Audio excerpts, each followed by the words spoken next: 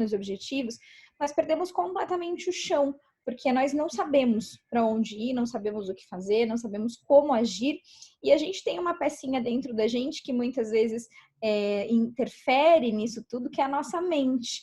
Né? Muitas vezes a gente quer reagir de forma saudável, mas às vezes a nossa mente, com todos os seus medos e com toda a sua necessidade de segurança e proteção, acaba gerando uma série de comportamentos que não são tão saudáveis assim. Então, primeiro eu quero tranquilizar todo mundo e dizer que tá tudo bem se você surtar nessa quarentena, né? Eu acho que isso é para todos nós, seres humanos, que estamos enfrentando isso, que estamos passando por isso.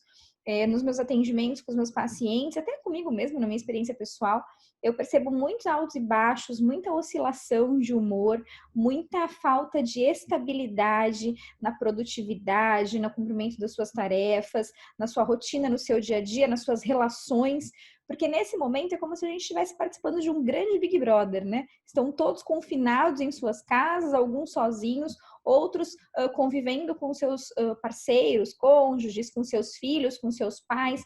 Então, um convívio que a gente não estava acostumado a ter, de repente caiu no nosso colo e a gente teve que começar a lidar com isso. Então, é um momento de instabilidade para todo mundo, sejam todos bem-vindos ao clube. Tá tudo bem dar uma surtadinha nesse momento e me preocupa quem não está sofrendo essas oscilações. Aí a pessoa pode estar recorrendo a algum tipo de subterfúgio de fuga, algum mecanismo de defesa, como alimentação, bebida, drogas, hábitos, obsessões, e aí sucessivamente. A gente pode falar disso no decorrer do nosso papo. Mas manter a saúde mental realmente é um desafio, né, nessa quarentena. Para quem já estava em processo de terapia, talvez isso fique um pouco mais fácil, porque a pessoa já tem um conhecimento do seu funcionamento, já entende mais ou menos como ela reage a algum tipo de situação específica, embora não seja uma situação conhecida, mas é um desafio para todos nós. Então, existem realmente algumas ações, alguns comportamentos, alguns hábitos que a gente pode mudar e implementar, que talvez sejam interessantes a gente falar sobre eles. Então, eu separei algumas perguntas, obviamente, aqui para a gente debater.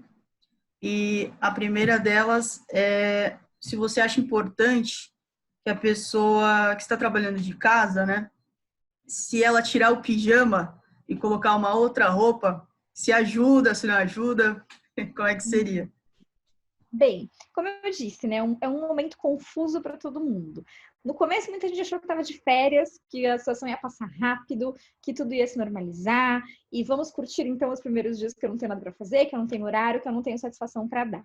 Quando você fala que isso está impactando a vida das pessoas de diversas formas, está mesmo, né? Tanto na forma, no aspecto pessoal, no aspecto profissional, no aspecto financeiro. Algumas pessoas conseguem fazer home office, continuar com a sua rotina, com o seu fluxo de caixa, né, girando, como se nada tivesse acontecido, e muitas vezes até diminuir custos, porque a gente não tem custo de transporte, a gente não tem custo de locação, algumas pessoas que trabalham com atendimento e locam salas, enfim, para esse objetivo. Mas tem outras pessoas que não, né? Tem pessoas que precisam ficar na sua casa, que precisam deixar de trabalhar, deixar de produzir, deixar de receber, e isso acaba impactando diretamente na sua saúde mental, né? De certa forma. Quem tem um ofício que permite, né, como nós, psicólogos, advogados, afins, que permite que a gente continue atuando de onde a gente está, eu acredito que é importante manter uma rotina sim, porém com equilíbrio, sem grandes cobranças, né? Eu acho que não adianta a gente falar assim, nossa, eu vou virar o ninja da produtividade agora enquanto eu tô de home office e eu vou fazer tudo que eu não faria se eu estivesse tendo a minha rotina, se eu estivesse tendo a minha rotina, se eu estivesse trabalhando. E por outro lado, a recíproca também é verdadeira, o outro extremo também não é saudável, né? Ah, eu não vou fazer nada, não quero saber de nada, eu vou ficar largado de pijama em casa. O nosso cérebro ele não distingue o que é fantasia de realidade. Eu vou usar uma crise de pânico como exemplo. Quando a gente está passando por um medo eminente, por um risco eminente, por mais que esse risco não seja real, a nossa fisiologia responde como se ele fosse. Então, quem tem uma crise de pânico começa a suar frio, começa a ter apertamento de garganta, começa a ter dilatação de pupila, respiração ofegante. O corpo responde a esse tipo de pseudo-ameaça. A mesma coisa a gente vai usar como exemplo para nossa rotina de quarentena. Se você acordar, colocar um horário básico para acordar, então não se permite acordar 10 horas, meio-dia, 2 da tarde, né? Coloca um horário ali, não precisa ser 5 horas da manhã, fazer o milagre da manhã, meditar, treinar, não precisa nada disso. Mas tem uma rotina, umas 7, 8 horas, acordar, tomar um café bacana, com calma, que agora, afinal de contas, a gente não tem tanta pressa para tudo. E ter um mínimo de tarefas no dia, de afazeres no dia, e tirar a sua roupa e criar um ritualzinho para você conseguir cumprir naquele dia, vai ser muito bom para a sua saúde mental, porque a sua mente vai acreditar em algum momento que está tudo bem. A sua mente vai acreditar que a situação está normalizada. Então, se você conseguir criar rituais para sua rotina, é ótimo. Porém, que não sejam rituais extremamente sacrificantes, porque pode acontecer de você acordar um dia que você não está com saco para fazer nada e, de repente, não produzir, de repente não atender esses rituais. E aí vem o exercício da não cobrança, né? O exercício da gentileza com você mesmo. Ok, eu tô num momento atípico, isso tá mexendo comigo, e tudo bem se hoje eu pegar o dia para ficar vendo série, porque vai me tirar um pouco da realidade, né? Mas ter uma rotina assim, desde que ela seja um pouco flexível. Isso é importante, porque muitas pessoas se sentem inúteis, né, por não estarem conseguindo produzir e não enxergam que às vezes a culpa não é dela, né? A culpa é da situação toda. Tô vendo muito E nisso das pessoas. que é assim, o mundo inteiro está passando por isso. Não é exclusividade minha, não é exclusividade sua. Eu costumo brincar com as minhas pacientes, né? Eu digo que a pandemia e a quarentena acabou com todos os crushes, né? Que estavam ongoing, assim, que estavam em andamento. Então tá todo mundo passando por isso. Não é exclusividade de ninguém. E é importante a gente ter esses dois movimentos, sabe? De entender que é isso, que a realidade agora é essa, a gente não sabe até quando ela vai durar, a gente não sabe quando ela vai acabar, e que tá todo mundo passando por isso, e também o movimento de entender que cada um vai fazer dentro do seu limite, evitar a comparação. Não adianta você olhar no seu Instagram, olhar para o seu vizinho, olhar para o seu amigo que está treinando, que está fazendo, que está acontecendo, está criando várias ideias, fazendo milhões de lives, né? Que das 7 horas da noite no Instagram só tem live acontecendo. Exatamente. E é terrível. E você, de repente, não tá nessa vibe e tá tudo bem, né? Eu acho que tem que ter esse movimento de você não se cobrar, porque a cobrança e a comparação podem fazer muito mal para sua saúde mental nesse período e realmente não vai te levar a lugar nenhum. Tudo bem. Vamos para a próxima pergunta aqui. Antes de fazer essa pergunta, eu gostaria de citar uma notícia que eu vi na revista Exame, que... peraí, deixa eu só contar alguma pessoa. Que fala que o Brasil é o país mais ansioso do mundo, segundo a OMS. Tem 18,6 milhões de brasileiros que convivem com um transtorno, e aí fala do tabu que tem em relação ao uso de medicamentos, que apesar desse número gigantesco ainda permanece esse tabu. E já puxando o gancho aqui, eu queria falar como que a gente controla a ansiedade, né? Uhum. Tempos de Bem, pandemia. eu vou abrir aqui um parênteses e dar alguns conceitos a respeito de ansiedade, né? A gente tem dois tipos de ansiedade. O primeiro tipo de ansiedade é essa ansiedade circunstancial, é a ansiedade situacional. A ansiedade que antecede uma prova, a ansiedade que antecede um encontro, a ansiedade que antecede uma reunião, que antecede um falar ao público, a ansiedade que, de repente, uma viagem te deixa um pouco mais agitada. Então, essas ansiedades, esse tipo de ansiedade situacional, ele é saudável, ele é esperado. Tá tudo bem você sentir um pouco de agitação antes de um evento específico, antes de uma situação específica, né? Então, eu acho muito legal a gente ter isso em consideração, porque essa fala, eu sou muito ansioso, é uma fala muito comum, que a gente ouve muito quase que diariamente, quem lida com saúde mental, ouve as pessoas declararem isso. Eu sou muito ansioso. Mas, na verdade, existe essa diferença. Né? Eu estou numa situação que requer a minha atenção, que requer a minha energia, que requer o meu preparo. É uma situação nova, uma situação que eu desconheço. É uma situação que me faz sair da zona de conforto. Isso vai me gerar uma ansiedade. Tá ótimo, maravilha, tá todo mundo saudável até aí. A página 2 é quando essa ansiedade se transforma num transtorno, que é uma ansiedade crônica. Infelizmente, a saúde mental, ela ainda não é tão valorizada como deveria.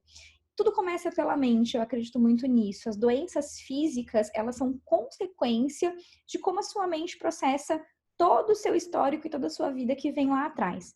Se você não para entender esses significados que a sua mente deu, se você não para entender como você, de alguma maneira, abordou tudo isso que te aconteceu e significou para você, você vai somatizando. Ou você vai sintomatizando, criando sintomas ou criando doenças. A ansiedade crônica, que eu vou chamar aqui de TAG, que é o transtorno de ansiedade generalizada, ela é uma doença. Ela é uma doença fisiológica. Muitas pessoas... Eu tive TAG já, então eu posso falar com toda a propriedade do mundo. Eu sou aquele tipo de médico que fica doente, né? Então eu sou a psicóloga que teve TAG. É uma doença que é física, né? Então você sente taquicardia, você sente sensação iminente de desmaio. Eu já fui para o hospital achando que eu estava tendo um ataque do coração, que meu braço formigava. É realmente algo físico. Só que as pessoas, por saberem que a origem é uma doença mental, elas ainda têm muito preconceito.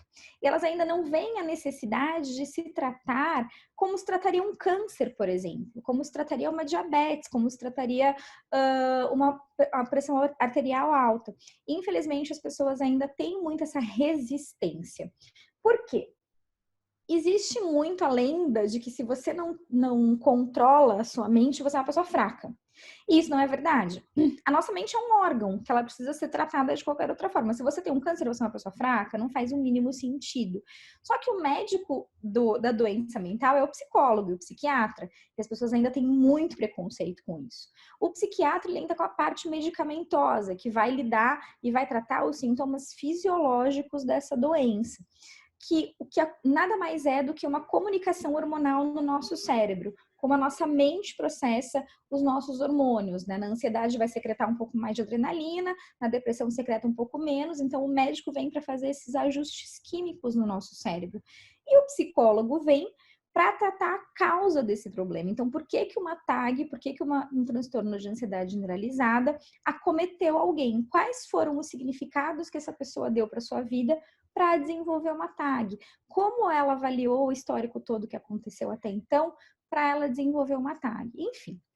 Então, infelizmente, existe realmente esse preconceito todo. As pessoas têm dificuldade de entender a TAG como uma doença. Se você for olhar no catálogo internacional de doenças, ela existe lá, tem um CID para ela. Só que as pessoas têm muita resistência, sim, por se acharem incapazes de lidar com isso. Como você consegue amenizar os sintomas, né? Então, de uma ansiedade situacional, eu costumo falar assim: corre pro abraço. Tá tudo bem você sentir uma ansiedade antes de um evento específico. Qual é a linha tênue da ansiedade situacional para a TAG?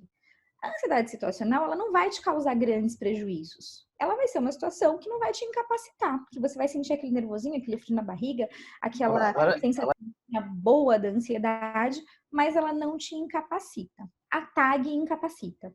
A TAG, ela traz prejuízos para a sua vida profissional, pessoal, financeira, intelectual, acadêmica, enfim. Ela vai te trazer prejuízos. Então, é importante que você trate. Para a ansiedade situacional, exercícios de respiração, meditação, livros, para sair um pouco do foco, né? Para você não potencializar aqueles sintomas da ansiedade situacional. Na TAG, tudo isso pode ajudar também. Exercícios de respiração, de relaxamento, leitura, saída do foco, tudo isso pode ajudar. Mas só vai atenuar, não vai tratar. Para tratamento da TAG, que é a ansiedade crônica, que talvez seja esse levantamento que a OMS fez, é necessário o combo psicoterapia e psiquiatria. Nem sempre o medicamento é necessário, às vezes só a psicoterapia dá jeito. sempre que o medicamento é necessário, a psicoterapia é necessária. Então, às vezes a psicoterapia funciona sozinha, se a gente está falando num nível leve de TAG. No caso de um nível mais profundo, é necessário a indicação de medicamento, que só um psiquiatra pode fazer, mas se você só tomar o medicamento, você vai estar tratando só dos sintomas, você não vai estar tratando da raiz. Por isso que entra a psicoterapia. É como se você tivesse uma árvore com a raiz podre e você quisesse trocar só os frutos, e eu nascer frutos podres novamente. Não adianta você só medicar a TAG, é importante que você trate também. Então, num momento, numa ansiedade crônica, o tratamento é esse. Tem exercícios e tem dicas que podem atenuar, mas só a psicoterapia com a psiquiatria que vai resolver. Perfeito, Elaine. Outra pergunta também, que puxando também o gancho, porque muitas pessoas, né, que estão ansiosas, elas descontam na comida a sua ansiedade, né? Eu acho que é uma pergunta de todo mundo. Aí vem a minha praia, né? Uma das minhas especializações Isso. realmente é transtornos alimentares e obesidade. E o que acontece? Nessa quarentena, o que eu tô ouvindo de gente falando que vai engordar, que vai... Enfim, tem muita gente realmente descontando na comida. O que acontece? Muitas vezes a comida serve como fuga. Muitas vezes a gente usa a comida para não olhar para o que está acontecendo, para não encarar a realidade. Muitas vezes a gente usa a comida como uma anestesia, para a gente não sentir o que está acontecendo. É quase o mesmo papel que a bebida faz. Eu começo a beber, eu saio um pouquinho da realidade, eu não sofro tanto por aquilo que está acontecendo. Muitas vezes a gente usa a comida para preencher vazios. Então, a gente dá para a comida um papel que não é dela. Muitas vezes a gente usa a comida para compensar alguma frustração. Então, tudo vai depender do significado que a pessoa dá para a comida. Na ansiedade, é muito comum que a pessoa acabe desenvolvendo obsessões. O que eu quero dizer, o que eu quero chamar de obsessões, não é uma pessoa assassina, psicopata, nada disso. São pessoas com pensamentos obsessivos. Então, a pessoa que tem toque, por exemplo, que é o transtorno obsessivo compulsivo, eu preciso limpar, eu preciso organizar. A pessoa que tem compulsão alimentar, que é o TCA, o transtorno de compulsão alimentar periódico, a pessoa precisa comer. Geralmente, as obsessões na ansiedade servem para transportar o foco dessa ansiedade, para desviar, para deslocar. Então, na ansiedade, o movimento do comer em excesso pode vir para fazer com que eu fuja mesmo do que está acontecendo, com que eu fuja mesmo da realidade. Então, muita gente hoje em dia recorre à comida, porque, gente, a comida, ela é socialmente reforçada, as pessoas se encontram para comer, ninguém fala assim, vamos se encontrar para a gente dar uma corrida na praia. Não, vamos se encontrar para comer uma pizza, vamos se encontrar para ir no Outback. Geralmente, a comida, ela faz papéis na sociedade, ela representa papéis na sociedade que, teoricamente, não são os papéis dela, né? Eu costumo dizer que ninguém vai abastecer um carro porque ele tá triste, né? A gente vai abastecer o carro porque ele precisa de combustível para rodar. E com a gente teria que ser a mesma coisa. Por que a gente come? Para nos nutrir. Porém, a gente acaba dando muitos significados emocionais para a comida. E no momento de ansiedade, o que a gente mais quer é um confortinho, é uma fuguinha, é um colinho, é um abracinho. E nem sempre a gente tem isso. A gente vai para a comida, que teoricamente, de alguma forma, acaba nos remetendo. Mais uma vez, a gente vai buscar esses significados no nosso histórico. Então, se você analisar o seu histórico familiar de alimentação, de educação alimentar, de comportamento alimentar, se você avaliar a maneira que você foi reforçada, então, você ia bem na escola, ganhava um chocolatinho, você tá triste, toma um docinho, tudo isso vai trazer muitas respostas para o seu comportamento alimentar atual. E esses registros, eles ficam no nosso inconsciente. A gente simplesmente age reproduzindo como se isso fosse uma realidade. Então, a gente, quando vai comer, nem sempre vai comer porque a barriga tá roncando. Você não se alimenta só porque a barriga tá roncando, senão ninguém ficava acima do peso. Você se alimenta porque você tem necessidades emocionais. Se você parar para pensar antes de comer, você vai perceber que existe alguma necessidade emocional por trás disso. E é aí que começa o processo de reversão da situação do emagrecimento. Mas no momento da ansiedade é isso. Geralmente as pessoas comem por necessidades emocionais. O que eu falaria para essas pessoas? Muda o foco. Percebe que você está indo para a porta da geladeira comer alguma coisa porque tá carente, porque tá se sentindo sozinho, porque tá chateado, porque tá frustrado. Muda o foco. Vai fazer um exercício, vai ler alguma coisa, vai ligar para um amigo, faz uma conferência com um amigo, qualquer coisa. Se esse comportamento alimentar em excesso está começando a prejudicar, aí é importante realmente que você crie estratégias para mudança de foco. Excelente, Elaine. Eu hoje mesmo devorei um pacote de toast de Doritos, então sou suspeita para falar aí da ansiedade descontada na comida. Você sabe que nesse período de quarentena eu abro exceções, né? Eu falo para as minhas pacientes assim, tá tudo bem se você quiser comer um chocolate porque você tá ansiosa. Tá ok. Desde que seja um chocolate em um dia da semana, em uma refeição. Se começar a ser todos os dias... O problema é o excesso, né? Exatamente. Eu teve um dia também que eu acordei meio xoxa, assim. Aí eu virei pro meu marido e falei assim: você vai no mercado? Ele falou: porque eu não saio, né? Eu tô gestante, então eu fico literalmente em casa. Em casa. E eu falei pra ele: você vai no mercado? Eu falei assim: traz alguma coisa pra me fazer feliz. Não, gestante ainda tem esse. Todo mundo fala que tem desejo e tudo mais. Não sei se você tá tendo. Mas eu tenho certeza que se eu for gestante, ainda tem um monte de desejo. Sabe que eu tive mais no começo, né? Então, no primeiro trimestre, eu tinha desejo de comer mistinho de cantina de escola. Eu falei, meu Deus do céu, da onde eu tirei isso? Nossa! Então, eu permiti comer mesmo e não esquentei tanto a cabeça. Mas depois passou, graças a Deus. Ainda bem. Seguindo aqui a linha das perguntas, se é bom evitar o bombardeio de informações. Isso ajuda ou não? É bom você ficar lá na frente da TV vendo notícia do Covid, é atualização, quantas pessoas morreram. Tem gente, tinha aquele aplicativo da Guarda Civil que fala que, nossa, tome cuidado, tem pessoas com Covid ao seu redor.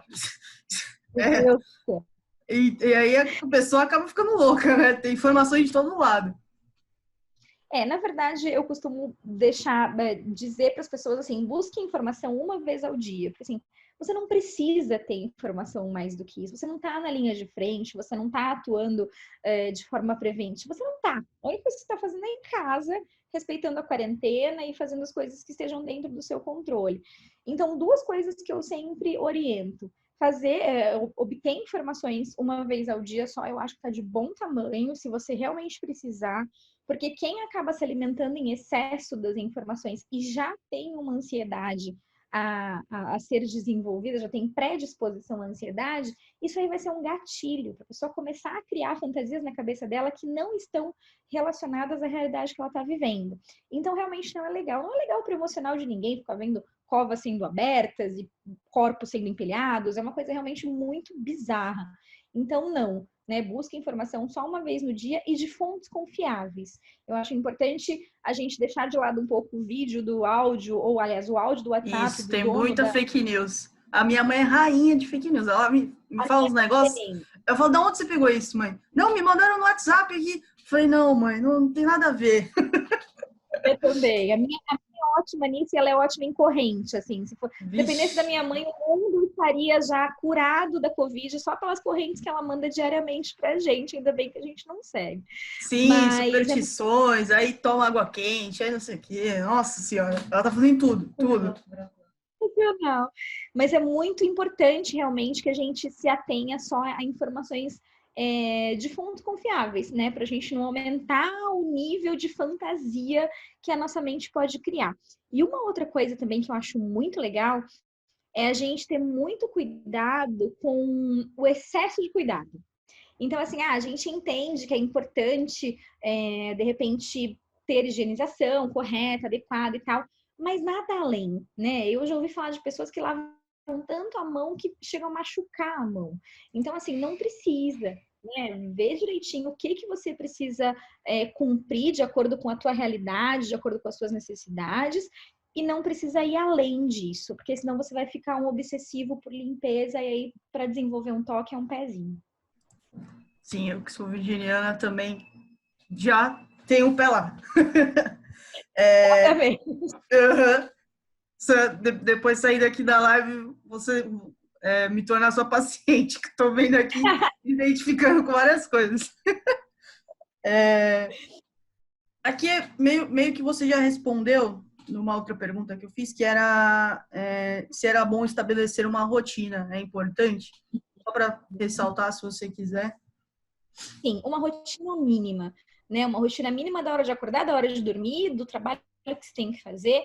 E acho que se você quiser se propor a entregar algo, então colocar assim 1 ou 2 itens por dia de coisas que você precisa fazer. Não adianta ficar se atolando de responsabilidades, porque como eu disse, vai ter um dia que pode ser que você acorde meio borocochô. E naquele dia você não vai conseguir produzir. E aí você não vai produzir e você tem uma lista de 10 itens para cumprir, você vai falar assim, cara, eu sou um inútil, eu não faço nada, todo mundo aí fazendo live, treinando, lendo, meditando, e eu tô aqui na minha, em casa, sem conseguir nem cumprir a minha listinha de 10 itens. Tá tudo bem se isso acontecer. Cria uma rotina, desde que seja uma rotina não muito exigente, não muito sobrecarregada, porque isso pode trazer realmente danos para sua saúde mental. Até porque estamos vivendo uma situação bem atípica mesmo e não dá para você se dedicar o tanto que você se dedicava no seu escritório, porque quem tem criança pequena está ao redor conversando, quem tem idoso em casa também, mãe que não entende que você está numa reunião.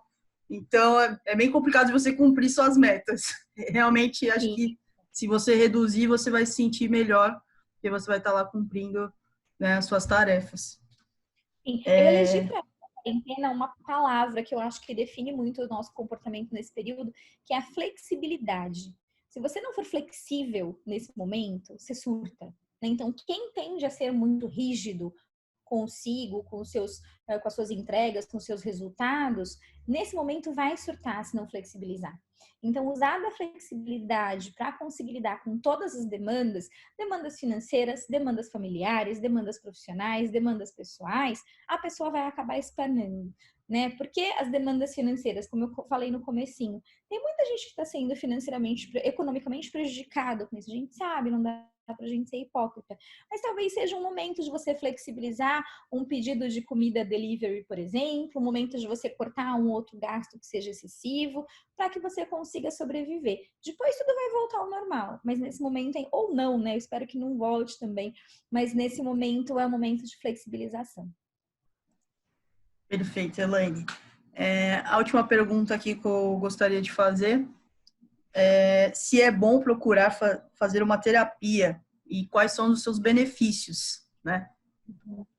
Eu sou bem suspeita para falar de terapia, né? Que além de trabalhar com isso, eu tenho terapia desde que eu me formei e eu acho um caminho sem fim, assim, porque quando a gente passa a olhar para dentro, entender o nosso funcionamento, entender a nossa responsabilidade no cenário que a gente vive, no contexto que a gente vive, e perceber a necessidade de mudar comportamentos, eu acho que isso é libertador, assim. Quando você começa um processo de terapia, muitas vezes é duro, porque você tem que lidar com emoções, porque você tem que lidar com conteúdos seus que não são tão legais, mas é muito libertador quando você começa a ter domínio sobre tudo isso, que é o que a gente chama de autorresponsabilidade, né? É uma competência que a gente desenvolve muito no processo de terapia. Autorresponsabilidade, autoconhecimento, autoconsciência, né? Eu acho que são competências que libertam a gente de vícios emocionais e vícios mentais que a gente vem carregando a vida inteira, né? E agora, Manu, é um momento onde a gente está realmente limpando as nossas emoções estão aumentadas. Então, percebendo uma necessidade de trabalhar alguma emoção que você vê que tá te trazendo prejuízo, que não tá legal, que não tá encaixada, é o momento de buscar uma psicoterapia, né? Por quê? Você vai começar a entender o seu funcionamento. Muita gente acha que psicólogo dá conselho, que psicólogo só bate papo. Eu ia achar maravilhoso, né? Eu ganhar dinheiro só batendo papo, eu ganhar dinheiro com os meus amigos, mas não é o caso. Afinal de contas, a gente estuda tanto para isso, para poder atender e entender a complexidade que é um ser humano. Cada ser humano é uma caixinha preta. Cada ser humano carrega dentro de si a sua história. E é com base nessa história que as pessoas vão desenvolvendo os seus comportamentos. E muitas vezes essa história e os significados, as crenças que a pessoa desenvolve em cima dela, acabam aprisionando o indivíduo. Então, a terapia, ela entra nesse movimento de olhar, entender o indivíduo, decodificar e mostrar para ele, ó, é assim que você está funcionando. Você tem escolhas, como é que você vai fazer a partir de então? Porque a gente só consegue mudar aquilo que a gente torna consciente. Não adianta eu saber que tem alguma coisinha incomodando no meu pé, mas se eu souber que tem uma pedra no meu sapato, eu vou conseguir ir lá e retirar essa pedra. Então, a partir do momento que a gente toma consciência das coisas que precisam ser mudadas, tudo fica mais fácil. E a terapia vem para isso, para tornar a vida mais leve, para oferecer mais qualidade de vida para essa pessoa. Maravilha, excelente. Exatamente, tem muito tabu ainda por volta da psicologia, da terapia. Tem gente que acha que só louco vai procurar esse tipo de profissional, e é um pensamento preconceituoso, né? Porque todo mundo hoje em dia, que nem eu falei sobre a notícia, tem muita gente com ansiedade e que não está se tratando por preconceito. Deveria procurar um profissional. A gente está em 2020, né? Eu acho que já não era mais tempo da gente pensar e agir dessa forma. Mas existe sim. As pessoas falam que quem busca terapia é louco, e eu me arrisco a dizer que louco quem fala que não precisa de terapia, né? Ontem eu estava conversando com meu marido e ele comentou sobre isso. Ele disse assim, eu não faço terapia porque eu não preciso. Eu falei, ai, que medo de você. Esses são os piores. São os que mais precisam. Então, eu acho que tem que ter muita coragem para fazer terapia. Eu acho que terapia não é para todo mundo, porque você dá cara a tapa todas as semanas ali na frente do seu psicólogo, né? Então, precisa, assim, de muita coragem, de muito discernimento, de muita resiliência para você chegar na frente de uma pessoa, para você se abrir, de se desnudar realmente, né? No sentido figurado da palavra, mas você se abre para uma pessoa que vai mostrar para você como você é. E aí, você tem que estar aberto. Bonito e é de muita coragem. De muita coragem. Sim. Elaine, em nome da Associação dos Advogados Trabalhistas de Santos e Região, em nome dos presentes, gostaria muito de agradecer você ter dado um tempinho aí da sua agenda para nos deixar mais tranquilos, né? A gente, acho que a partir de agora vai tentar mudar um pouco mais a nossa rotina, pegar suas dicas e colocar em prática, não tentar descontar na comida, a ansiedade, e se tiver ver que está exagerando, correr lá para o seu perfil para pegar umas dicas. Por falar nisso, eu vou deixar o @, da Elaine aqui no chat, no Instagram, para quem quiser segui-la. É psicóloga Elaine Lopes, né? Tudo junto? Isso mesmo. Eu que agradeço. Eu não sei se alguém tem alguma pergunta, se alguém gostaria de colocar no chat. Isso. Se alguém tiver alguma pergunta e quiser ou mandar aqui, depois procurar a Elaine e mandar por direct. Tem muita gente que é tímida. Sim, Manu, é o tio Júlio. Oi, tio, tudo bem? Tudo bem. Eu só quero agradecer aí a live da nossa brilhante doutora Elaine Lopes. Elaine Lopes. Parabéns aí pela sua palestra, pela orientação, que é muito importante numa hora dessa crise que nós estamos atravessando. Tá? Muito boa noite e muito obrigado aí pela apresentação. Parabéns. Imagina, eu que agradeço. Boa noite para ti também, Manu. Boa noite, tio Júlio. Tio Júlio é nosso diretor aí da ATS também. O Marcos também, diretor, também está presente. Vamos agradecer a Elaine, agradeço também a todos os amigos que eu vi que compareceram, tá? Obrigado pela força. E, mais uma vez, obrigado, Elaine. Como eu disse no começo, a gente está gravando essa live, vou disponibilizar no YouTube, pelo perfil da ATS. E aí, quem não viu hoje, vai ter a oportunidade de ver outro dia. Boa noite, Marcos. Não tinha visto você por aí. Boa noite, Marcos. Boa noite, gente. Muito obrigada mais uma vez, Manu, pelo convite. Obrigada por todos aí presentes. É um momento delicado, é um tema delicado de se tratar realmente sobre saúde mental. Os atendimentos de psicoterapia, eles, a princípio, meus e dos meus colegas, continuam 100% online, sem nenhuma perda de qualidade. Então, quem tiver interesse, quem quiser agendar, estou super à disposição lá no Instagram, mandem direct, eu super interajo com todo mundo. Vai ser um prazer poder ajudá-los de mais alguma forma. Tá certo. Obrigada, gente. Tchau, tchau. Obrigada. Boa noite a todos. Boa quarentena. Obrigada. Ao acordar no dia seguinte, ou traça metas, planos e objetivos, nós perdemos completamente o chão, porque nós não sabemos para onde ir, não sabemos o que fazer, não sabemos como agir, e a gente tem uma pecinha dentro da gente que muitas vezes interfere nisso tudo, que é a nossa mente. Né? Muitas vezes a gente quer reagir de forma saudável, mas às vezes a nossa mente, com todos os seus medos e com toda a sua necessidade de segurança e proteção, acaba gerando uma série de comportamentos que não são tão saudáveis assim. Então, primeiro eu quero tranquilizar todo mundo e dizer que tá tudo bem se você surtar nessa quarentena, né? Eu acho que isso é para todos nós, seres humanos, que estamos enfrentando isso, que estamos passando por isso. Nos meus atendimentos com os meus pacientes, até comigo mesmo, na minha experiência pessoal, eu percebo muitos altos e baixos, muita oscilação de humor, muita falta de estabilidade na produtividade, no cumprimento das suas tarefas, na sua rotina, no seu dia a dia, nas suas relações, porque nesse momento é como se a gente estivesse participando de um grande Big Brother, né? Estão todos confinados em suas casas, alguns sozinhos, outros convivendo com seus parceiros, cônjuges, com seus filhos, com seus pais. Então, um convívio que a gente não estava acostumado a ter, de repente caiu no nosso colo e a gente teve que começar a lidar com isso. Então, é um momento de instabilidade para todo mundo, sejam todos bem-vindos ao clube. Tá tudo bem dar uma surtadinha nesse momento e me preocupa quem não está sofrendo essas oscilações. Aí a pessoa pode estar recorrendo a algum tipo de subterfúgio de fuga, algum mecanismo de defesa, como alimentação, bebida, drogas, hábitos, obsessões, e aí sucessivamente. A gente pode falar disso no decorrer do nosso papo. Mas manter a saúde mental realmente é um desafio, né, nessa quarentena.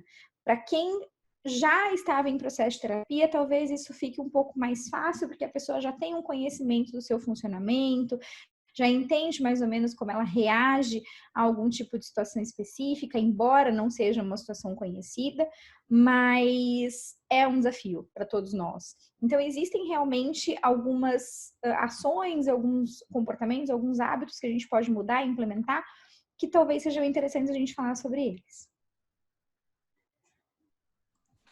Então, eu separei algumas perguntas, obviamente, aqui para a gente debater.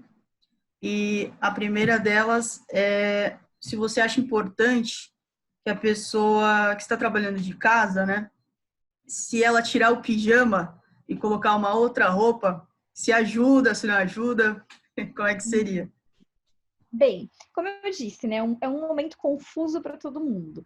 No começo, muita gente achou que estava de férias, que a situação ia passar rápido, que tudo ia se normalizar, e vamos curtir então os primeiros dias que eu não tenho nada para fazer, que eu não tenho horário, que eu não tenho satisfação para dar.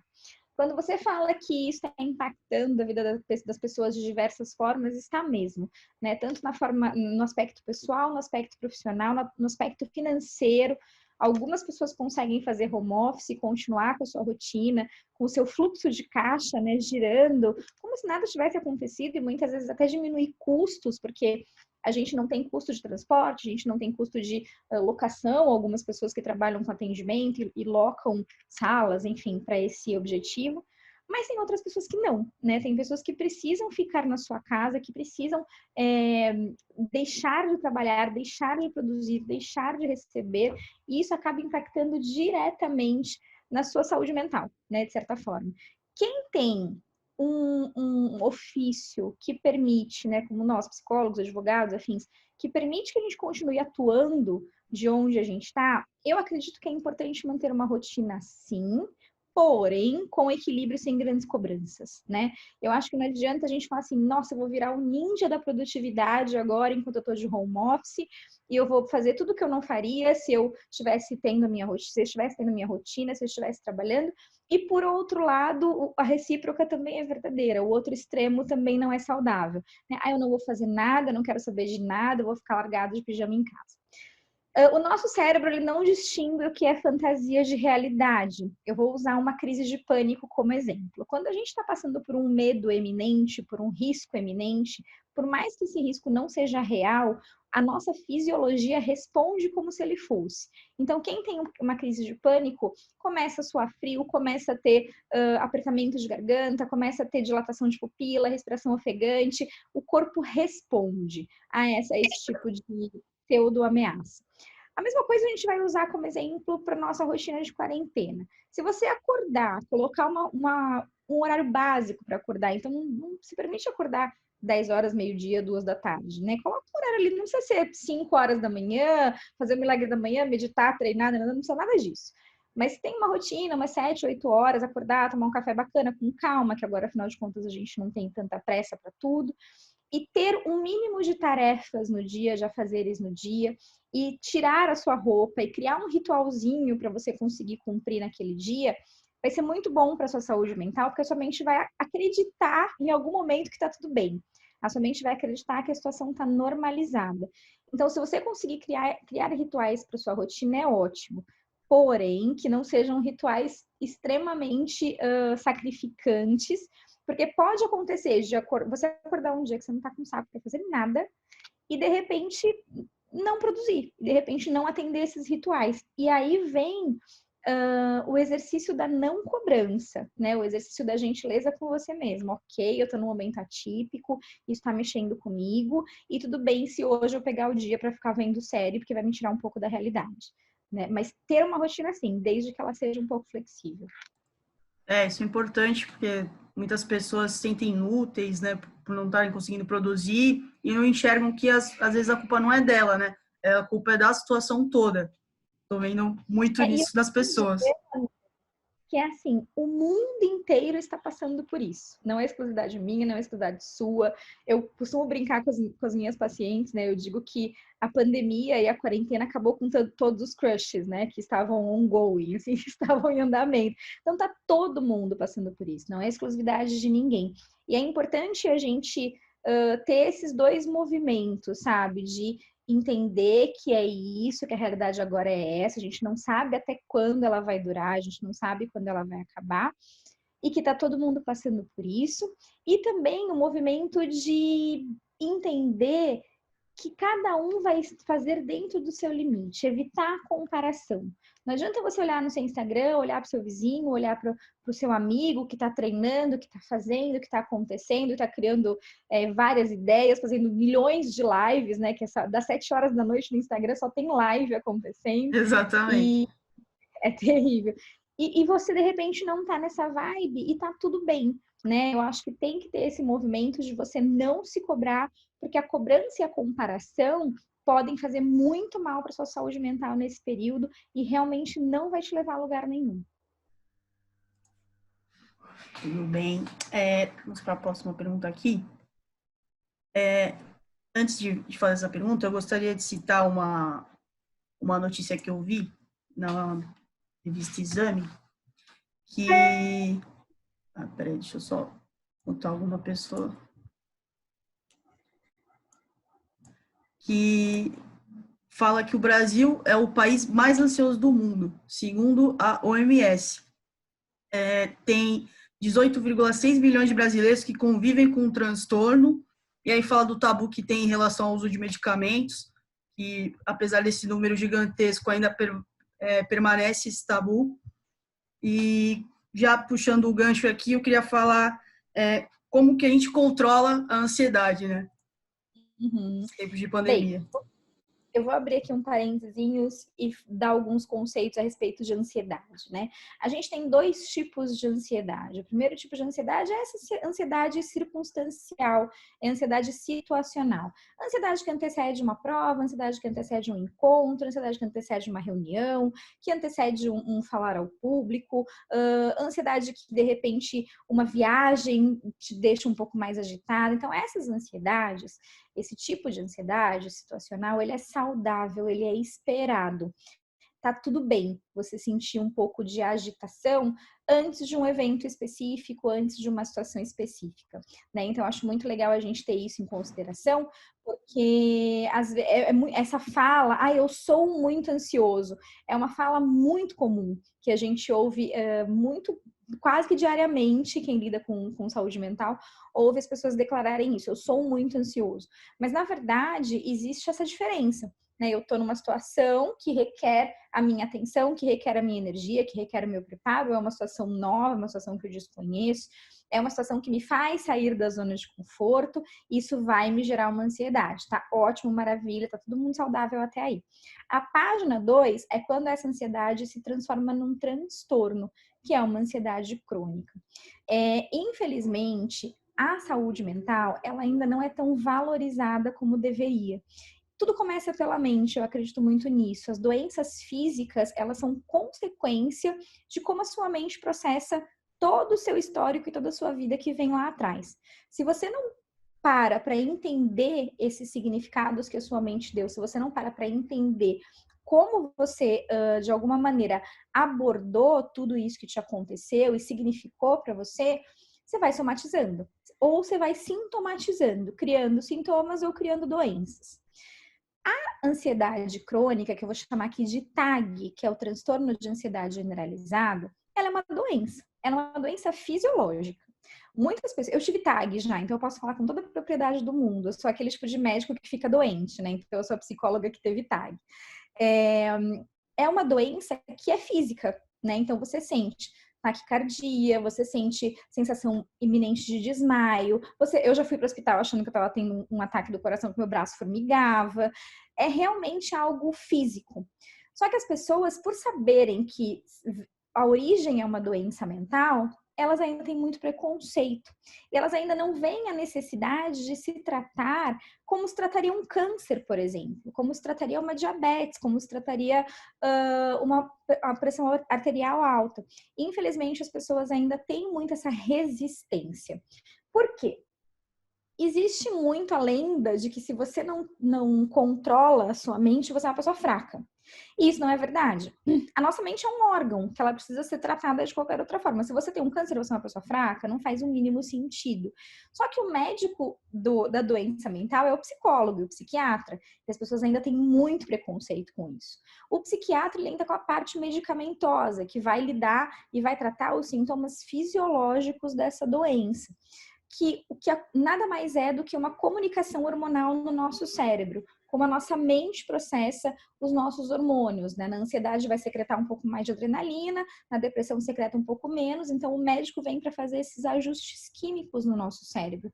E o psicólogo vem para tratar a causa desse problema. Então, por que uma TAG, por que um transtorno de ansiedade generalizada acometeu alguém? Quais foram os significados que essa pessoa deu para sua vida para desenvolver uma TAG? Como ela avaliou o histórico todo que aconteceu até então para ela desenvolver uma TAG? Enfim. Então, infelizmente, existe realmente esse preconceito todo. As pessoas têm dificuldade de entender a TAG como uma doença. Se você for olhar no catálogo internacional de doenças, ela existe lá, tem um CID para ela. Só que as pessoas têm muita resistência, sim, por se acharem incapazes de lidar com isso. Como você consegue amenizar os sintomas, né? Então, de uma ansiedade situacional, eu costumo falar assim: corre pro abraço. Tá tudo bem você sentir uma ansiedade antes de um evento específico. Qual é a linha tênue da ansiedade situacional para a TAG? A ansiedade situacional, ela não vai te causar grandes prejuízos. Ela vai ser uma situação que não vai te incapacitar, que você vai sentir aquele nervosinho, aquele frio na barriga, aquela sensação boa da ansiedade, mas ela não te incapacita. A TAG incapacita. A TAG, ela traz prejuízos para a sua vida profissional, pessoal, financeira, intelectual, acadêmica, enfim. Ela vai te trazer prejuízos. Então, é importante que você trate. Para a ansiedade situacional, exercícios de respiração, meditação, livros, para sair um pouco do foco, né? Para você não potencializar aqueles sintomas da ansiedade situacional. Na TAG, tudo isso pode ajudar também. Exercícios de respiração, de relaxamento, leitura, saída do foco, tudo isso pode ajudar. Mas só vai atenuar, não vai tratar. Para tratamento da TAG, que é a ansiedade crônica, que talvez seja esse levantamento que a OMS fez, é necessário o combo psicoterapia e psiquiatria. Nem sempre o medicamento é necessário, às vezes só a psicoterapia dá jeito. Sempre que o medicamento é necessário, a psicoterapia é necessária. Então, às vezes a psicoterapia funciona sozinha, se a gente está falando num nível leve de TAG. No caso de um nível mais profundo, é necessário a indicação de medicamento, que só um psiquiatra pode fazer. Mas se você só tomar o medicamento, você vai estar tratando só dos sintomas. Você não vai estar tratando da raiz. Por isso que entra a psicoterapia. É como se você tivesse uma árvore com a raiz podre e você quisesse trocar só os frutos. E eu nascer frutos podres novamente. Não adianta você só medicar a TAG. É importante que você trate também. Então, num momento, numa ansiedade crônica, o tratamento é esse. Tem exercícios e tem dicas que podem atenuar, mas só a psicoterapia com a psiquiatria que vai resolver. Perfeito, Elaine. Outra pergunta também, que puxando também o gancho, porque muitas pessoas, né, que estão ansiosas, elas descontam na comida a sua ansiedade, né? Eu acho que é uma pergunta de todo mundo. Aí vem a minha praia, né? Uma das minhas especializações Isso. realmente é transtornos alimentares e obesidade. E o que acontece? Nessa quarentena, o que eu tô ouvindo de gente falando que vai engordar, que vai... Enfim, tem muita gente realmente descontando na comida. O que acontece? Muitas vezes a comida serve como fuga. Muitas vezes a gente usa a comida para não olhar para o que está acontecendo, para não encarar a realidade. Muitas vezes a gente usa a comida como uma anestesia, para a gente não sentir o que está acontecendo. É quase o mesmo papel que a bebida faz. Eu começo a beber, eu saio um pouquinho da realidade, eu não sofro tanto por aquilo que está acontecendo. Muitas vezes a gente usa a comida para preencher vazios. Então, a gente dá para a comida um papel que não é dela. Muitas vezes a gente usa a comida para compensar alguma frustração. Então, tudo vai depender do significado que a pessoa dá para a comida. Na ansiedade, é muito comum que a pessoa acabe desenvolvendo obsessões. O que eu quero dizer, o que eu quero chamar de obsessões, não é uma pessoa assassina, psicopata, nada disso. São pessoas com pensamentos obsessivos. Então, a pessoa que tem toque, por exemplo, que é o transtorno obsessivo compulsivo, eu preciso limpar, eu preciso organizar. A pessoa que tem compulsão alimentar, que é o TCA, o transtorno de compulsão alimentar periódico, a pessoa precisa comer. Geralmente, as obsessões na ansiedade servem para transportar o foco dessa ansiedade, para desviar, para deslocar. Então, na ansiedade, o movimento do comer em excesso pode vir para fazer com que eu fuja mesmo do que está acontecendo, com que eu fuja mesmo da realidade. Então, muita gente hoje em dia recorre à comida, porque, gente, a comida, ela é socialmente reforçada, as pessoas se encontram para comer, ninguém fala assim, vamos se encontrar para a gente dar uma corrida na praia. Não, vamos se encontrar para comer uma pizza, vamos se encontrar para ir no Outback. Geralmente, a comida, ela faz papéis na sociedade, ela representa papéis na sociedade que, teoricamente, não são os papéis dela, né? Eu costumo dizer que ninguém vai abastecer um carro porque ele tá triste. Né? A gente vai abastecer o carro porque ele precisa de combustível para rodar. E com a gente teria que ser a mesma coisa. Por que a gente come? Para nos nutrir.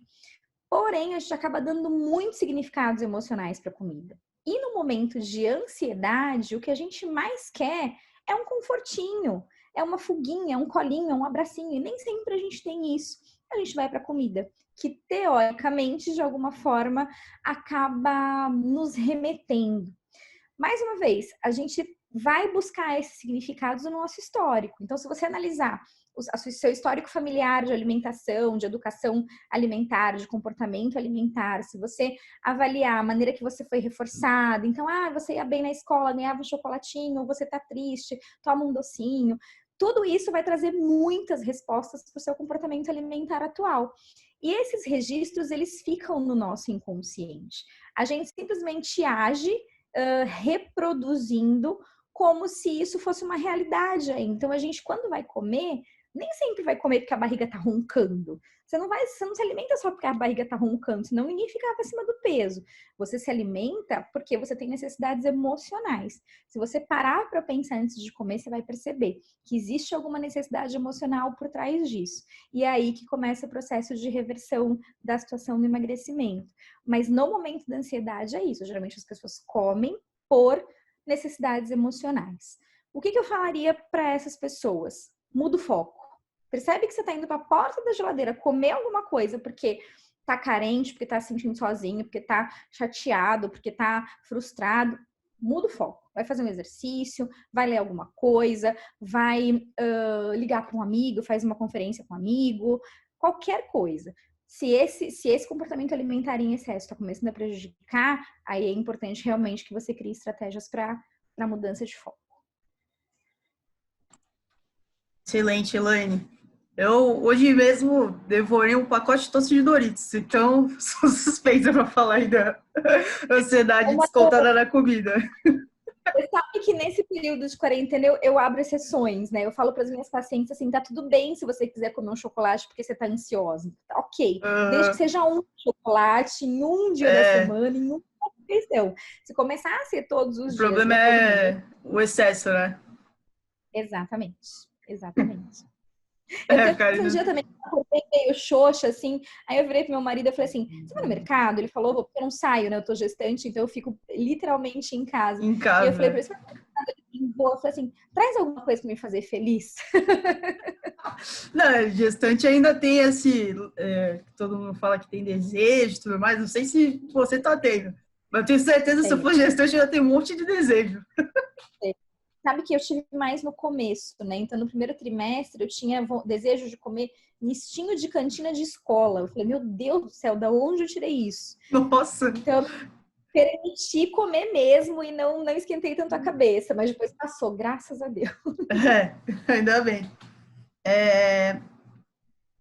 Seguindo aqui a linha das perguntas, se é bom evitar o bombardeio de informações, isso ajuda ou não? É bom você ficar lá na frente da TV vendo notícia do Covid, é atualização, quantas pessoas morreram, tem gente, tinha aquele aplicativo da Guarda Civil que fala que, nossa, tome cuidado, tem pessoas com Covid ao seu redor. E aí a pessoa acaba ficando louca, né? Tem informações de todo lado. Na verdade, eu costumo dizer para as pessoas assim, busque informação uma vez ao dia. Porque assim, você não precisa ter informação mais do que isso. Você não está na linha de frente, você não está atuando de forma preventiva. Você não está. A única coisa que você está fazendo é em casa, respeitando a quarentena e fazendo as coisas que estejam dentro do seu controle. Então, duas coisas que eu sempre oriento. Obter informações uma vez ao dia só, eu acho que está de bom tamanho, se você realmente precisar. Porque quem acaba se alimentando em excesso das informações e já tem uma ansiedade a ser desenvolvida, já tem predisposição à ansiedade, isso aí vai ser um gatilho para a pessoa começar a criar fantasias na cabeça dela que não estão relacionadas à realidade que ela está vivendo. Então, realmente não é legal. Não é legal para o emocional de ninguém ficar vendo covas sendo abertas e corpos sendo empilhados. É uma coisa realmente muito bizarra. Então, não. Né, busca informação só uma vez no dia e de fontes confiáveis. Eu acho importante a gente deixar de lado um pouco o vídeo do áudio, ou aliás, o áudio do WhatsApp. Isso, tem muita fake news. A minha mãe é rainha de fake news. Ela me fala uns negócios. Eu falo, de onde você pegou isso, mãe? Não, me mandaram no WhatsApp aqui. Eu falei, não, mãe, não tem nada a ver. Eu também. A minha é ótima nisso e ela é ótima em corrente, assim. Se dependesse da minha mãe, o mundo estaria já curado da Covid só pelas correntes que ela manda diariamente pra gente. Ainda bem que a gente não segue. Sim, superstições, aí toma água quente, aí não sei o quê. Nossa Senhora, ela tá fazendo tudo. Não. Mas é muito importante realmente que a gente se atenha só a informações de fontes confiáveis, né? Para a gente não aumentar o nível de fantasia que a nossa mente pode criar. E uma outra coisa também que eu acho muito legal é a gente ter muito cuidado com o excesso de cuidado. Então, assim, a gente entende que é importante, de repente, ter higienização correta, adequada e tal, mas nada além, né? Eu já ouvi falar de pessoas que lavam tanto a mão que chegam a machucar a mão. Então, assim, não precisa, né? Vê direitinho o que você precisa cumprir de acordo com a tua realidade, de acordo com as suas necessidades, e não precisa ir além disso, porque senão você vai ficar um obsessivo por limpeza e aí para desenvolver um toque é um pezinho. Sim, eu que sou virginiana também já tenho um pé lá. Depois de sair daqui da live, você me tornar sua paciente, que estou vendo aqui, identificando com várias coisas.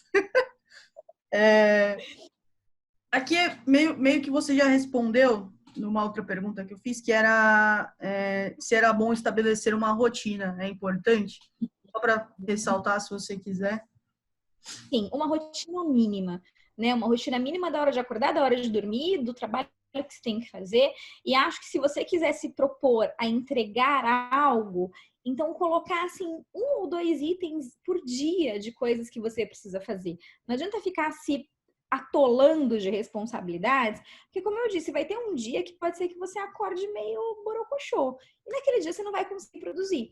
E aí você não vai produzir e você tem uma lista de 10 itens para cumprir, você vai falar assim, cara, eu sou um inútil, eu não faço nada, todo mundo aí fazendo live, treinando, lendo, meditando, e eu tô aqui na minha, em casa, sem conseguir nem cumprir a minha listinha de 10 itens. Tá tudo bem se isso acontecer.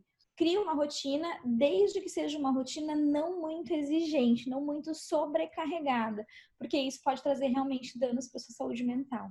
Até porque estamos vivendo uma situação bem atípica mesmo e não dá para você se dedicar o tanto que você se dedicava no seu escritório, porque quem tem criança pequena está ao redor conversando, quem tem idoso em casa também, mãe que não entende que você está numa reunião.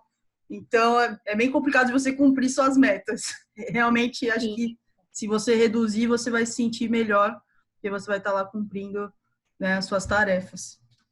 Sim. Eu elegi para quarentena uma palavra que eu acho que define muito o nosso comportamento nesse período, que é a flexibilidade. Se você não for flexível nesse momento, você surta, né? Então, quem tende a ser muito rígido consigo, com as suas entregas, com os seus resultados, nesse momento vai surtar se não flexibilizar. Então, usar da flexibilidade para conseguir lidar com todas as demandas, demandas financeiras, demandas familiares, demandas profissionais, demandas pessoais, a pessoa vai acabar espanando, né? Porque as demandas financeiras, como eu falei no comecinho, tem muita gente que está sendo financeiramente, economicamente prejudicada com isso. A gente sabe, não dá pra gente ser hipócrita. Mas talvez seja um momento de você flexibilizar um pedido de comida delivery, por exemplo, um momento de você cortar um outro gasto que seja excessivo, para que você consiga sobreviver. Depois tudo vai voltar ao normal, mas nesse momento, ou não, né? Eu espero que não volte também, mas nesse momento é um momento de flexibilização. Perfeito, Elaine. A última pergunta aqui que eu gostaria de fazer é se é bom procurar fazer uma terapia e quais são os seus benefícios, né?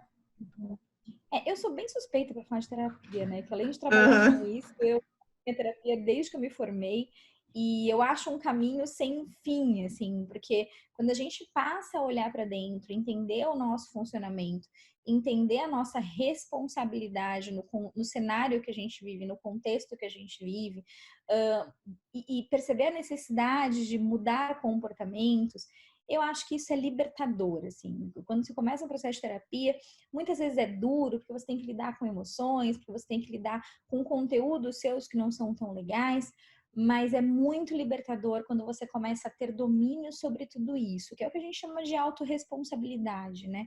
É uma competência que a gente desenvolve muito no processo de terapia. Autorresponsabilidade, autoconhecimento, autoconsciência, né? Eu acho que são competências que libertam a gente de vícios emocionais e vícios mentais que a gente vem carregando a vida inteira, né? E agora, Manu, é um momento onde a gente está realmente limpando as nossas emoções estão aumentadas. Então, percebendo uma necessidade de trabalhar alguma emoção que você vê que tá te trazendo prejuízo, que não tá legal, que não tá encaixada, é o momento de buscar uma psicoterapia, né? Por quê? Você vai começar a entender o seu funcionamento. Muita gente acha que psicólogo dá conselho, que psicólogo só bate papo. Eu ia achar maravilhoso, né? Eu ganhar dinheiro só batendo papo, eu ganhar dinheiro com os meus amigos, mas não é o caso. Afinal de contas, a gente estuda tanto para isso, para poder atender e entender a complexidade que é um ser humano. Cada ser humano é uma caixinha preta. Cada ser humano carrega dentro de si a sua história. E é com base nessa história que as pessoas vão desenvolvendo os seus comportamentos. E muitas vezes essa história e os significados, as crenças que a pessoa desenvolve em cima dela, acabam aprisionando o indivíduo. Então a terapia, ela entra nesse movimento de olhar, entender o indivíduo, decodificar e mostrar para ele, ó, é assim que você está funcionando. você tem escolhas. Como é que você vai fazer a partir de então? Porque a gente só consegue mudar aquilo que a gente torna consciente. Não adianta eu saber que tem alguma coisinha incomodando no meu pé, mas se eu souber que tem uma pedra no meu sapato, eu vou conseguir ir lá e retirar essa pedra. Então, a partir do momento que a gente toma consciência das coisas que precisam ser mudadas, tudo fica mais fácil. E a terapia vem para isso, para tornar a vida mais leve, para oferecer mais qualidade de vida para essa pessoa. Maravilha, excelente. Exatamente, tem muito tabu ainda por volta da psicologia, da terapia. Tem gente que acha que só louco vai procurar esse tipo de profissional, e é um pensamento preconceituoso, né? Porque todo mundo hoje em dia, que nem eu falei sobre a notícia, tem muita gente com ansiedade e que não está se tratando por preconceito. Deveria procurar um profissional. A gente está em 2020, né? Eu acho que já não era mais tempo da gente pensar e agir dessa forma. Mas existe sim. As pessoas falam que quem busca terapia é louco, e eu me arrisco a dizer que louco quem fala que não precisa de terapia, né? Ontem eu estava conversando com meu marido e ele comentou sobre isso. Ele disse assim, eu não faço terapia porque eu não preciso. Eu falei, ai, que medo de você. Esses são os piores. São os que mais precisam. Então, eu acho que tem que ter muita coragem para fazer terapia. Eu acho que terapia não é para todo mundo, porque você dá cara a tapa todas as semanas ali na frente do seu psicólogo, né? Então, precisa, assim, de muita coragem, de muito discernimento, de muita resiliência para você chegar na frente de uma pessoa, para você se abrir, de se desnudar realmente, né? No sentido figurado da palavra, mas você se abre para uma pessoa que vai mostrar para você como você é. E aí, você tem que estar aberto. Bonito e é de muita coragem. De muita coragem. Sim.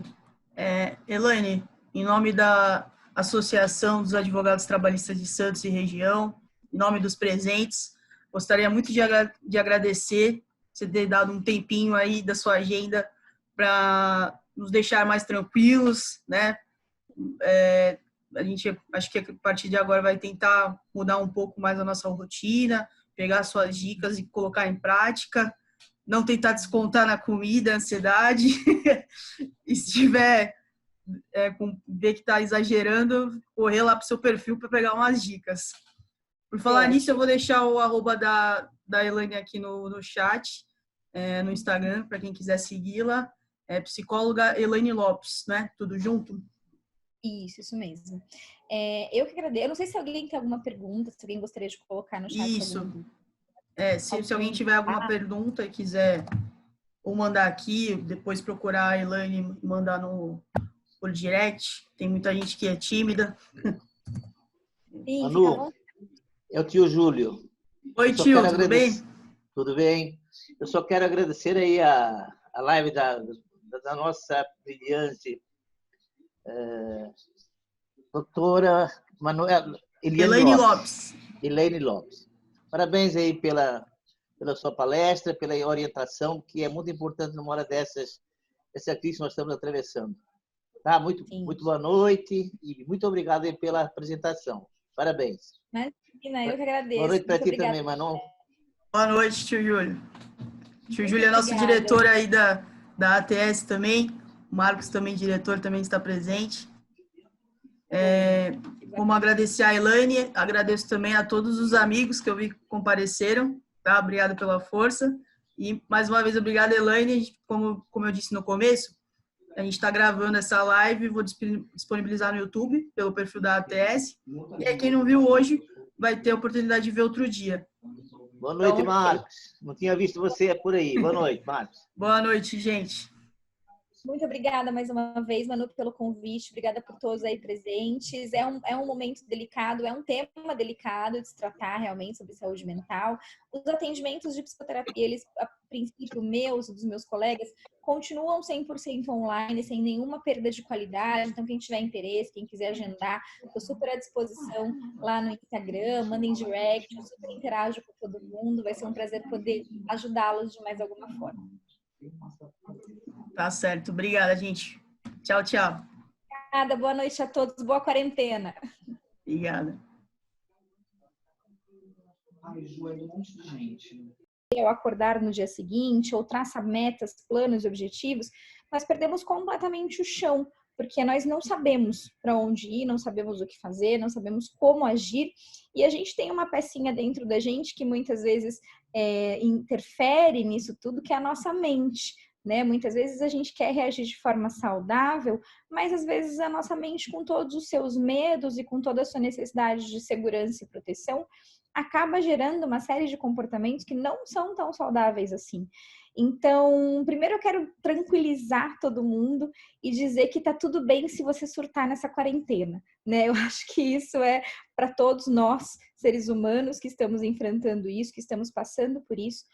Nos meus atendimentos com os meus pacientes, até comigo mesmo, na minha experiência pessoal, eu percebo muitos altos e baixos, muita oscilação de humor, muita falta de estabilidade na produtividade, no cumprimento das suas tarefas, na sua rotina, no seu dia a dia, nas suas relações, porque nesse momento é como se a gente estivesse participando de um grande Big Brother, né? Estão todos confinados em suas casas, alguns sozinhos, outros convivendo com seus parceiros, cônjuges, com seus filhos, com seus pais.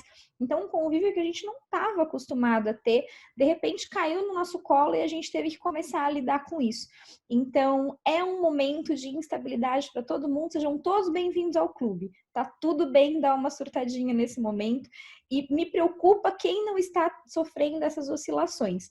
Aí a pessoa pode estar recorrendo a algum tipo de subterfúgio de fuga, algum mecanismo de defesa, como alimentação, bebida, drogas, hábitos, obsessões, e aí sucessivamente. A gente pode falar disso no decorrer do nosso papo. Mas manter a saúde mental realmente é um desafio, né, nessa quarentena.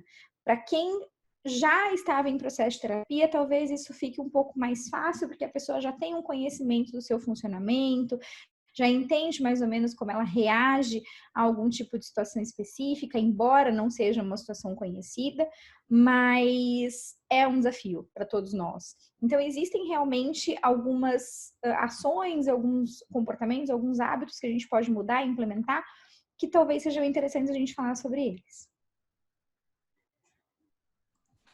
Então, eu separei algumas perguntas, obviamente, aqui para a gente debater.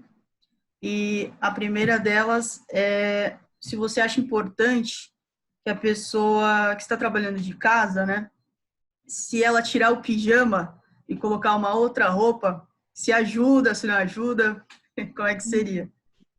Bem, como eu disse, né, é um momento confuso para todo mundo. No começo, muita gente achou que estava de férias, que a situação ia passar rápido, que tudo ia se normalizar, e vamos curtir então os primeiros dias que eu não tenho nada para fazer, que eu não tenho horário, que eu não tenho satisfação para dar. Quando você fala que isso está impactando a vida das pessoas de diversas formas, está mesmo, né? Tanto no aspecto pessoal, no aspecto profissional, no aspecto financeiro. Algumas pessoas conseguem fazer home office, continuar com a sua rotina, com o seu fluxo de caixa, né, girando, como se nada tivesse acontecido, e muitas vezes até diminuir custos, porque a gente não tem custo de transporte, a gente não tem custo de locação, algumas pessoas que trabalham com atendimento e locam salas, enfim, para esse objetivo.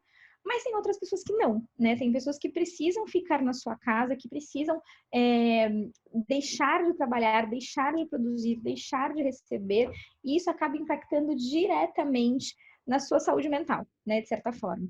Quem tem um ofício que permite, né, como nós, psicólogos, advogados, afins, que permite que a gente continue atuando de onde a gente está, eu acredito que é importante manter uma rotina sim, porém com equilíbrio, sem grandes cobranças, né? Eu acho que não adianta a gente falar assim, nossa, eu vou virar o ninja da produtividade agora enquanto eu tô de home office e eu vou fazer tudo que eu não faria se eu estivesse tendo a minha rotina, se eu estivesse tendo a minha rotina, se eu estivesse trabalhando. E por outro lado, a recíproca também é verdadeira, o outro extremo também não é saudável, né? Ah, eu não vou fazer nada, não quero saber de nada, eu vou ficar largado de pijama em casa.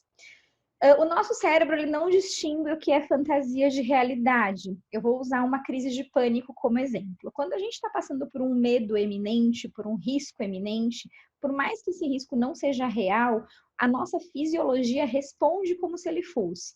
Então, quem tem uma crise de pânico começa a suar frio, começa a ter apertamento de garganta, começa a ter dilatação de pupila, respiração ofegante. O corpo responde a esse tipo de pseudo-ameaça. A mesma coisa a gente vai usar como exemplo para nossa rotina de quarentena. Se você acordar, colocar um horário básico para acordar. Então, não se permite acordar 10 horas, meio-dia, 2 da tarde, né? Coloca um horário ali, não precisa ser 5 horas da manhã, fazer o milagre da manhã, meditar, treinar, não precisa nada disso.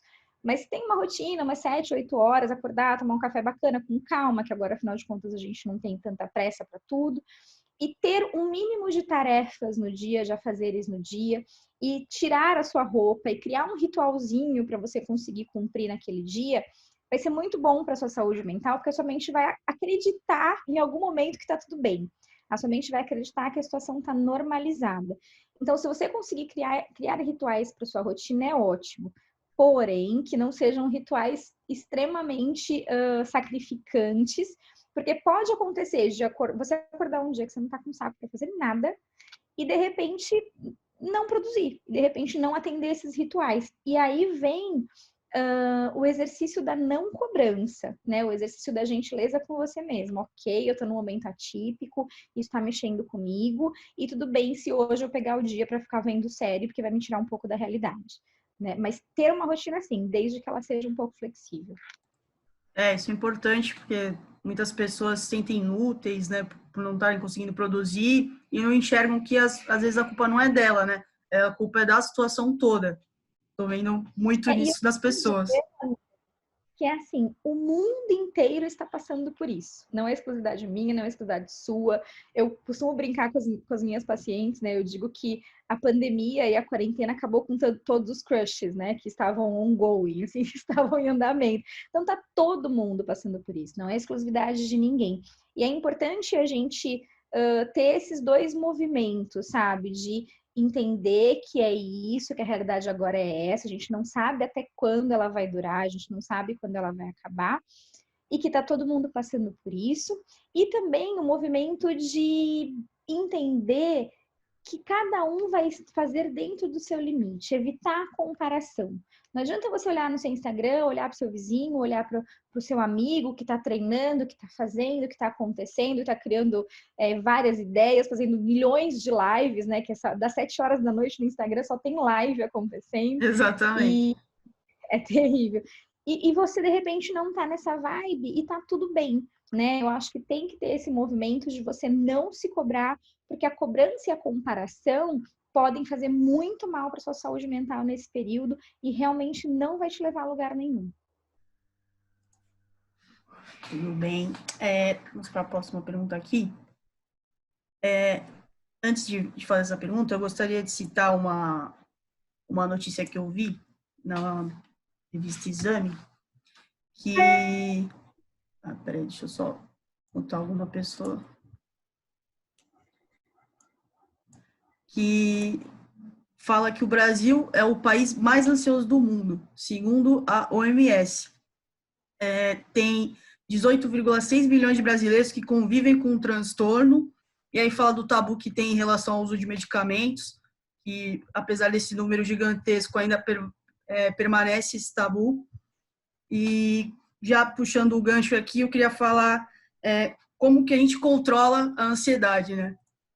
Uhum. Tempos de pandemia. Bem, eu vou abrir aqui um parênteses e dar alguns conceitos a respeito de ansiedade, né?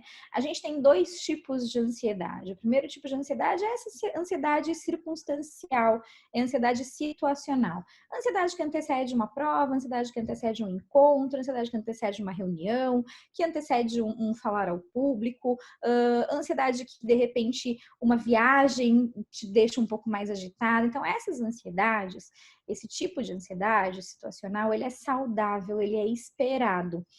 Tá tudo bem você sentir um pouco de agitação antes de um evento específico, antes de uma situação específica, né? Então, eu acho muito legal a gente ter isso em consideração, porque essa fala, eu sou muito ansioso, é uma fala muito comum, que a gente ouve muito, quase que diariamente, quem lida com saúde mental, ouve as pessoas declararem isso, eu sou muito ansioso. Mas, na verdade, existe essa diferença, né? Eu estou numa situação que requer a minha atenção, que requer a minha energia, que requer o meu preparo, é uma situação nova, uma situação que eu desconheço, é uma situação que me faz sair da zona de conforto, isso vai me gerar uma ansiedade, tá? Ótimo, maravilha, tá todo mundo saudável até aí. A página 2 é quando essa ansiedade se transforma num transtorno, que é uma ansiedade crônica. Infelizmente, a saúde mental, ela ainda não é tão valorizada como deveria. Tudo começa pela mente, eu acredito muito nisso. As doenças físicas, elas são consequência de como a sua mente processa todo o seu histórico e toda a sua vida que vem lá atrás. Se você não para entender esses significados que a sua mente deu, se você não para entender como você, de alguma maneira, abordou tudo isso que te aconteceu e significou para você, você vai somatizando. Ou você vai sintomatizando, criando sintomas ou criando doenças. A ansiedade crônica, que eu vou chamar aqui de TAG, que é o transtorno de ansiedade generalizada, ela é uma doença. Ela é uma doença fisiológica. Muitas pessoas... Eu tive TAG já, então eu posso falar com toda a propriedade do mundo. Eu sou aquele tipo de médico que fica doente, né? Então eu sou a psicóloga que teve TAG. É uma doença que é física, né? Então você sente taquicardia, você sente sensação iminente de desmaio. Eu já fui para o hospital achando que eu estava tendo um ataque do coração, que meu braço formigava. É realmente algo físico. Só que as pessoas, por saberem que a origem é uma doença mental, elas ainda têm muito preconceito. E elas ainda não veem a necessidade de se tratar como se trataria um câncer, por exemplo, como se trataria uma diabetes, como se trataria uma pressão arterial alta. Infelizmente, as pessoas ainda têm muito essa resistência. Por quê? Existe muito a lenda de que se você não controla a sua mente, você é uma pessoa fraca. E isso não é verdade. A nossa mente é um órgão que ela precisa ser tratada de qualquer outra forma. Se você tem um câncer ou você é uma pessoa fraca, não faz o mínimo sentido. Só que o médico da doença mental é o psicólogo e o psiquiatra. E as pessoas ainda têm muito preconceito com isso. O psiquiatra lida com a parte medicamentosa, que vai lidar e vai tratar os sintomas fisiológicos dessa doença. Que nada mais é do que uma comunicação hormonal no nosso cérebro, como a nossa mente processa os nossos hormônios, né? Na ansiedade vai secretar um pouco mais de adrenalina, na depressão secreta um pouco menos, então o médico vem para fazer esses ajustes químicos no nosso cérebro.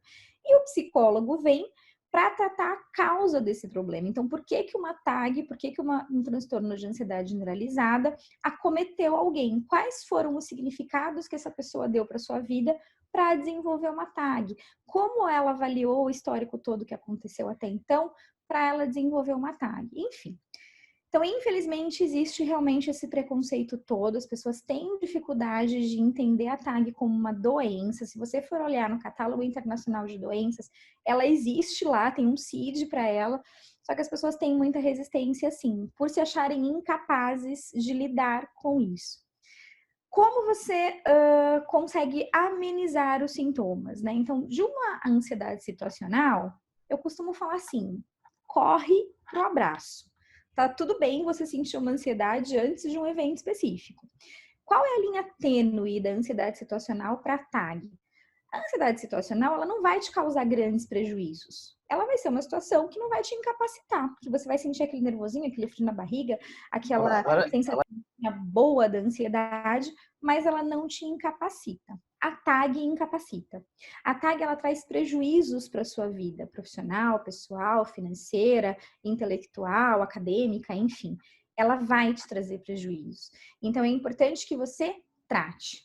Para a ansiedade situacional, exercícios de respiração, meditação, livros, para sair um pouco do foco, né? Para você não potencializar aqueles sintomas da ansiedade situacional. Na TAG, tudo isso pode ajudar também. Exercícios de respiração, de relaxamento, leitura, saída do foco, tudo isso pode ajudar. Mas só vai atenuar, não vai tratar. Para tratamento da TAG, que é a ansiedade crônica, que talvez seja esse levantamento que a OMS fez, é necessário o combo psicoterapia e psiquiatria. Nem sempre o medicamento é necessário, às vezes só a psicoterapia dá jeito. Sempre que o medicamento é necessário, a psicoterapia é necessária. Então, às vezes a psicoterapia funciona sozinha, se a gente está falando num nível leve de TAG. No caso de um nível mais profundo, é necessário a indicação de medicamento, que só um psiquiatra pode fazer, mas se você só tomar o medicamento, você vai estar tratando só dos sintomas, você não vai estar tratando da raiz. por isso que entra a psicoterapia. É como se você tivesse uma árvore com a raiz podre e você quisesse trocar só os frutos, e eu nascer frutos podres novamente. Não adianta você só medicar a TAG, é importante que você trate também. Então, num momento, numa ansiedade crônica, o tratamento é esse. Tem exercícios e tem dicas que podem atenuar, mas só a psicoterapia com a psiquiatria que vai resolver. Perfeito, Elaine. Outra pergunta também, que puxando também o gancho, porque muitas pessoas, né, que estão ansiosas, elas descontam na comida a sua ansiedade, né? Eu acho que é uma pergunta de todo mundo. Aí vem a minha praia, né? Uma das minhas especializações Isso. realmente é transtornos alimentares e obesidade. E o que acontece? Nessa quarentena, o que eu tô ouvindo de gente falando que vai engordar, que vai... Enfim, tem muita gente realmente descontando na comida. O que acontece? Muitas vezes a comida serve como fuga. Muitas vezes a gente usa a comida para não olhar para o que está acontecendo, para não encarar a realidade. Muitas vezes a gente usa a comida como uma anestesia, para a gente não sentir o que está acontecendo. É quase o mesmo papel que a bebida faz. Eu começo a beber, eu saio um pouquinho da realidade, eu não sofro tanto por aquilo que está acontecendo. Muitas vezes a gente usa a comida para preencher vazios. Então, a gente dá para a comida um papel que não é dela. Muitas vezes a gente usa a comida para compensar alguma frustração. Então, tudo vai depender do significado que a pessoa dá para a comida. Na ansiedade, é muito comum que a pessoa acabe desenvolvendo obsessões. O que eu quero dizer, o que eu quero chamar de obsessões, não é uma pessoa assassina, psicopata, nada disso. São pessoas com pensamentos obsessivos. Então, a pessoa que tem toque, por exemplo, que é o transtorno obsessivo compulsivo, eu preciso limpar, eu preciso organizar. A pessoa que tem compulsão alimentar, que é o TCA, o transtorno de compulsão alimentar periódico, a pessoa precisa comer. Geralmente, as obsessões na ansiedade servem para transportar o foco dessa ansiedade, para desviar, para deslocar. Então, na ansiedade, o movimento do comer em excesso pode vir para fazer com que eu fuja mesmo do que está acontecendo, com que eu fuja mesmo da realidade. Então, muita gente hoje em dia recorre à comida, porque, gente, a comida, ela é socialmente reforçada, as pessoas se encontram para comer, ninguém fala assim, vamos se encontrar para a gente dar uma corrida na praia. Não, vamos se encontrar para comer uma pizza, vamos se encontrar para ir no Outback. Geralmente, a comida, ela faz papéis na sociedade, ela representa papéis na sociedade que, teoricamente, não são os papéis dela, né? Eu costumo dizer que ninguém vai abastecer um carro porque ele tá triste, né? A gente vai abastecer o carro porque ele precisa de combustível para rodar. E com a gente teria que ser a mesma coisa. Por que a gente come? Para nos nutrir. Porém, a gente acaba dando muitos significados emocionais para a comida. E no momento de ansiedade, o que a gente mais quer é um confortinho, é uma fuguinha, é um colinho, é um abracinho. E nem sempre a gente tem isso. A gente vai para a comida, que teoricamente, de alguma forma, acaba nos remetendo. Mais uma vez, a gente vai buscar esses significados no nosso histórico. Então, se você analisar o seu histórico familiar de alimentação, de educação alimentar, de comportamento alimentar, se você avaliar a maneira que você foi reforçada, então, você ia bem na escola, ganhava um chocolatinho, você tá triste, toma um docinho, tudo isso vai trazer muitas respostas para o seu comportamento alimentar atual. E esses registros, eles ficam no nosso inconsciente. A gente simplesmente age reproduzindo como se isso fosse uma realidade. Então, a gente, quando vai comer, nem sempre vai comer porque a barriga tá roncando. Você não se alimenta só porque a barriga tá roncando, senão ninguém ficava acima do peso. Você se alimenta porque você tem necessidades emocionais. Se você parar para pensar antes de comer, você vai perceber que existe alguma necessidade emocional por trás disso. E é aí que começa o processo de reversão da situação do emagrecimento. Mas no momento da ansiedade é isso. Geralmente as pessoas comem por necessidades emocionais. O que eu falaria para essas pessoas? Muda o foco. Percebe que você está indo para a porta da geladeira comer alguma coisa porque tá carente, porque tá se sentindo sozinho, porque tá chateado, porque tá frustrado. Muda o foco. Vai fazer um exercício, vai ler alguma coisa, vai ligar para um amigo, faz uma conferência com um amigo, qualquer coisa. Se esse comportamento alimentar em excesso está começando a prejudicar, aí é importante realmente que você crie estratégias para mudança de foco. Excelente, Elaine. Eu hoje mesmo devorei um pacote de toast de Doritos, então sou suspeita para falar aí da ansiedade descontada na comida. Você sabe que nesse período de quarentena eu abro exceções, né? Eu falo para as minhas pacientes assim, tá tudo bem se você quiser comer um chocolate porque você tá ansiosa. Tá ok. Desde que seja um chocolate em um dia da semana, em uma refeição. Se começar a ser todos os dias... O problema é o excesso, né? Exatamente.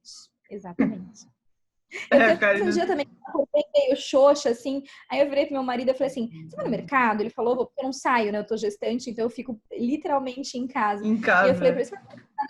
Eu falei assim: traz alguma coisa pra me fazer feliz. Não, gestante ainda tem esse. Todo mundo fala que tem desejo e tudo mais. Não sei se você tá tendo. Mas eu tenho certeza que se eu for gestante, eu já tenho um monte de desejo. Sabe que eu tive mais no começo, né? Então, no primeiro trimestre, eu tinha desejo de comer mistinho de cantina de escola. Eu falei, meu Deus do céu, da onde eu tirei isso? Nossa! Então, eu permiti comer mesmo e não esquentei tanto a cabeça. Mas depois passou, graças a Deus. Ainda bem. Seguindo aqui a linha das perguntas, se é bom evitar o bombardeio de informações. Isso ajuda ou não? É bom você ficar lá na frente da TV vendo notícia do Covid, é atualização, quantas pessoas morreram. Tem gente, tinha aquele aplicativo da Guarda Civil que fala que, nossa, tome cuidado, tem pessoas com Covid ao seu redor. E aí a pessoa acaba ficando louca, né? Tem informações de todo lado.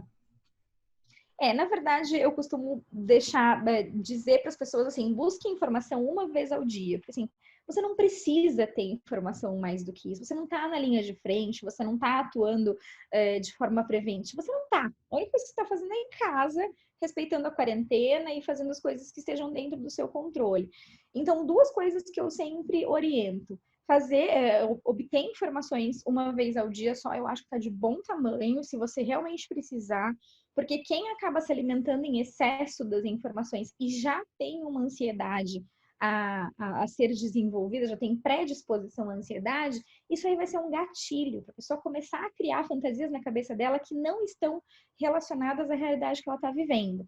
Então, realmente não é legal. Não é legal para o emocional de ninguém ficar vendo covas sendo abertas e corpos sendo empilhados. É uma coisa realmente muito bizarra. Então, não. Né, busca informação só uma vez no dia e de fontes confiáveis. Eu acho importante a gente deixar de lado um pouco o vídeo do áudio, ou aliás, o áudio do WhatsApp. Isso, tem muita fake news. A minha mãe é rainha de fake news. Ela me fala uns negócios. Eu falo, de onde você pegou isso, mãe? Não, me mandaram no WhatsApp aqui. Eu falei, não, mãe, não tem nada a ver. Eu também. A minha é ótima nisso e ela é ótima em corrente, assim. Se dependesse da minha mãe, o mundo estaria já curado da Covid só pelas correntes que ela manda diariamente pra gente. Ainda bem que a gente não segue. Sim, superstições, aí toma água quente, aí não sei o quê. Nossa Senhora, ela tá fazendo tudo. Não. Mas é muito importante realmente que a gente se atenha só a informações de fontes confiáveis, né?